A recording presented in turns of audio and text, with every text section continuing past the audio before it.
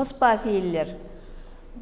Демек, екі сөздің қосылуынан, екі мәнілі сөздердің қосылуынан қоспа фейлер жасалады. Қоспа фейлерде өзінің үшінде бөлінеді. Бұларға мысаллар менен келтірсем, мысалы, атауыш тикарлы қоспа фейлер. Атауыш тикарлы қоспа фейлерге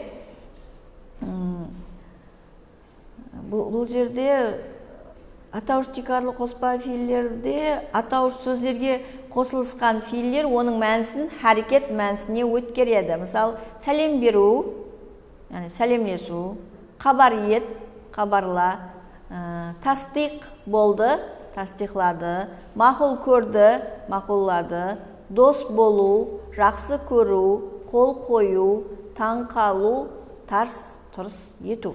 Бұл атауыш тикарлы қоспа фейлер.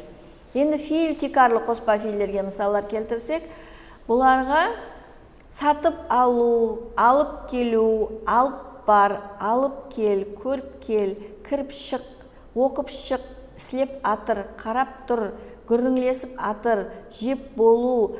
Бұл мысалларда фейл тикарлы қоспа фейлер, яғни фейлерден болған фейлер келеді. Қоспа фейлер үш ямаса оннан да көп фейлердің қосылуынан да жасалуы мүмкін. Дауам етіп атыр, айбат етіп қойды, хабар беріп тұрады ғой неді. Бұлардың хамес қоспа фейл, бір сұрауға жауап береді, бір фейл болады, бір гап ағзасы болады, неше сөзден тұруына қарамастан. Қоспа фейлерде біріккен қоспа фейлер, бұлар екі ямаса бірнеше сөздердің бірге қосылып, бірігіп кетуінен жасалған фейлерге айтылады. Мысалы, біріккен қоспа фейлер алып бар деген сөздің бірігуінен апар, алып кел деген сөздің бірігуінен әкел деген біріккен қоспа фейл жасалады. Бара атыр деген қоспа фейлдің бірігуінен баратыр деген қоспа фейл жасалады. Келе атыр деген сөзден кеатыр деген қоспа фейл. Ер жету деген сөздерден қосылған ер жету деген қоспа фейлер, яғни біріккен қоспа фейлер жасалады. Енді бірікпеген қоспа фейлерге